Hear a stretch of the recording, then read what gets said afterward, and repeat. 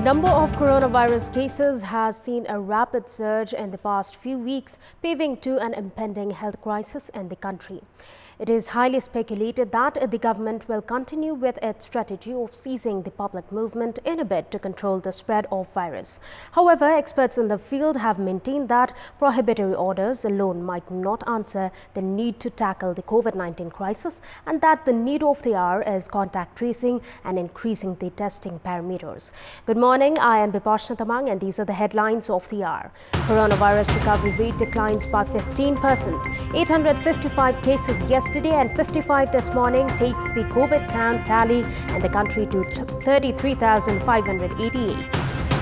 The government continues appointing individuals based on nepotism. Controversial and underperforming officials reappointed in various positions.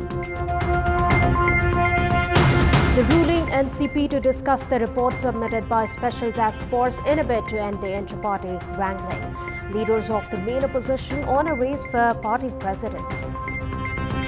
And legendary Barcelona forward Lionel Messi all set to leave the club. Scenario prone to a prolonged legal battle.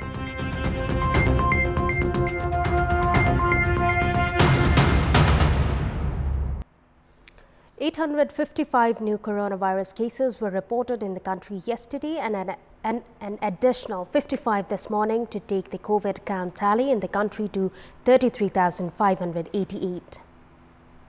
The morning cases include 40 from Chitwan, while 7 deaths have been reported in the past 24 hours, taking the death tally in the country to 164. Kathmandu Valley reported the highest 232 cases with 199 in Kathmandu district, 19 in Lalitpur and 14 in Bhaktapur. Likewise, Morang reported 43 cases, Dhanusha 42, Rautahar 44, Sarlahi 58, Kapilvastu 23, Rupandehi 69 and Doti 45. 313 individuals have been discharged from various hospitals and isolation centers yesterday, taking the total recoveries to 19,119. As the number of the coronavirus cases has been rising on a daily basis, the recovery rate is declining at the same time. The recovery rate that stood at 72% 2 weeks ago has gone down to 57.01%, while the number of symptomatic and critically ill patients have also been rising. We have a report. The number of coronavirus cases in the country until 18th of August stood at around 22,592, which included 6,279 active cases. 16,313 individuals had been discharged till then, and the recovery rate stood at 72.20%. This was to be the highest recovery rate of the country. On 18th of August, 378 new active cases were confirmed, while 499 individuals were discharged. However, the scenario has drastically changed in just 2 weeks' time. The number of active cases in the country has reached 14,414 with the addition of 855 new infections on Tuesday. Health experts say the increase in infections among chronic patients and those with low immunity is one of the reasons the recovery rate has declined in recent times. आको उमेरको अथवा माथिल्लो उमेरका व्यक्तिहरुमा संक्रमण फैलिदै गएको छ अथवा भनौं न सुरुको दिनहरुमा नेपालमा जति पनि कोरोनाको संक्रमण थियो त्यो चाहिँ प्राय माइग्रेटेड भनौं न अब त इम्पोर्टेड बाहिरबाट आएका व्यक्तिहरुमा कोरोनाको संक्रमण देखिएको थियो। अब अहिलेको लक्षण भनेको यो समुदाय स्तरमा संक्रमण फैलेको लक्षण हो। समुदायमा अब यो संक्रमण कस्तो व्यक्तिमा फैलिन्छ भन्दाखेरि बढी जोखिममा भएको हैन जोखिममा भएको अथवा कमजोर यो प्रतिरक्षा प्रणाली भएको स्वास्थ्य अवस्था भएको व्यक्तिमा संक्रमण फैलिने सम्भावना बढी हुन्छ। 60 people have succumbed to the virus since mid-August alone, and there are over 15 COVID-19 patients in ventilators at the moment. Over 20% of new patients have shown some symptoms, and it has been all the more challenging to control the virus spread and manage treatment facilities for the infected. COVID-19 does not have any medical cure so far. The only precaution one can take is to avoid contact with infected individuals. At this juncture, there is a call on the government to expedite contact tracing and testing at the earliest to avoid the situation going out of hands. The government has been appointing individuals to public posts based on their political affiliations and personal relations instead of their competencies, as there are no specific criteria for appointments to public posts.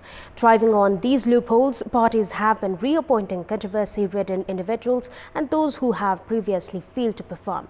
We have more in this report. Finance Minister Yuvraj Khatioda appointed Professor Upendra Koirala as the Director of Rashtra Banija Bank on 24th of August. This is the fifth time Koirala has been appointed in a public post. He is a close relative to Deputy Prime Minister and Defence Minister Ishwar Pokhrel. Prior to this, Koirala has served as General Manager of the then Nepal Food Corporation, Managing Director of Nepal Oil Corporation, Vice Chairman of the then Higher Secondary Education Board, and as Vice Chancellor to the Midwestern University. During most of his tenures, Koirala met with several controversies. He has been alleged of financial irregularities and corruption during the printing of answer sheets for Higher Secondary Education Board. He had to resign from the board after the Parliamentary Committee found him guilty of irregularity. However, he was once again appointed as Vice-Chancellor to the Midwestern University. His tenure there was once again marred with corruption allegations. Despite repeated controversies, Koirala has been appointed in powerful public posts solely based on his political reach. This has raised question if the country lacks genuine candidates to serve in public positions. However, this is not the first time that a controversy-ridden individual has been appointed to public post. Former Secretary Mahesh Dahal, whose ability to do justice to his roles have been questioned time and again. However, he was appointed as Chairman of Revenue Board due to his close connection with the Prime Minister KP Sharma Oli. These are only few instances of nepotism within the government. This malpractice has discouraged deserving candidates, which is certain to affect the government's overall performance. Welcome back. The ruling Nepal Communist Party has called for its secretariat meeting to discuss the report submitted by the task force formed to seek solutions to the ongoing inter-party dispute. A meeting held between the chairman duo KP Sharma Oli and Pushpa Kamal Dahal yesterday decided to call for the party's secretariat meeting on 29th of August. The meeting that lasted for over 2 hours focused on the details of the report submitted by the task force formed to resolve the inter-party dispute. However, the stalemate in the party is likely to persist, as it has been understood that the faction led by senior leader Madhav Kumar Nepal is not pleased with the ongoing development, citing the report had omitted several key issues, including the provision of one person, one post. Meanwhile, the General Convention of the main opposition Nepali Congress, scheduled for 28th of March next year, is likely to be postponed, while leaders are racing to float their candidacy to take over the party's leadership. At the same time, most of the leaders, including incumbent President Sher Bahadur Deuba, senior leader Ramchandra Paudel, General Secretary Shashank Koirala, among others, lack a long-term plan and strategies to revive the party and to address the national issues. The government has introduced a new policy to merge hydropower companies. The directive was an initiative by the Electricity Regulatory Commission to reduce operation costs. However, there are doubts if the companies that have been alleged of raising funds through primary shares from the public to support projects and taking loans from banks and for colluding with contractor companies would merge at all. We have more in this report. The market price for shares of hydropower companies have been the lowest these days. Share prices for Coca-Cola stands at 53 rupees per share and National Power at 54 rupees per share. This, experts say, is because of the poor financial condition of the hydropower companies, lack of government monitoring and misuse of resources on behalf of the promoters. Promoter shareholders have been found taking loans apart from the fund collected from IPOs. Likewise, they have also been found spending resources arbitrarily for office rent and administrative expenses. This, experts say, has affected investors' interest in the sector. Hydropower company promoters have also been accused of colluding with contractor companies for commission by using inferior materials. Experts doubt if they would agree for the merger, citing the companies have been a strong source of personal income for many.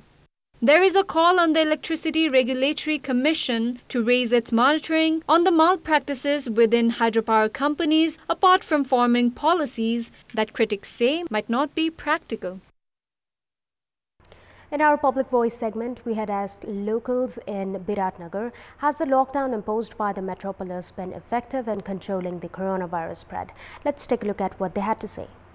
Public Voice. अलि आवत जावतमा भिडभाडलाई नियन्त्रण गर्न एकदम राम्रो छ, तर त्यो सँगसँगै पीसीआर टेस्टको लागि मात्र बढाउनु पर्थ्यो। केही नै गरेको छैन सरकारले।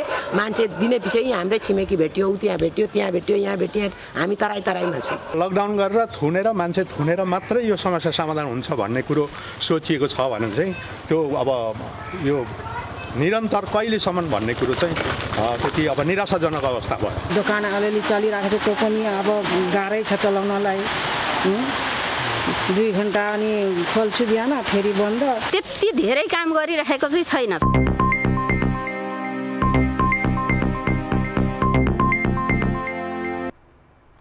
Time now for our segment Public Pulse, where you text us with your opinion. Public Pulse. And here's the question: why has the government reappointed controversy-ridden officials that had previously failed to deliver? Your options are option A, lack of capable candidates, option B, nepotism, and option C, no mechanism for proper evaluation. The voting is on. Type NAWS, select your option A, B or C and send it to 34001 to share your opinion with us. That's all for the moment. Thank you for watching. Have a good day.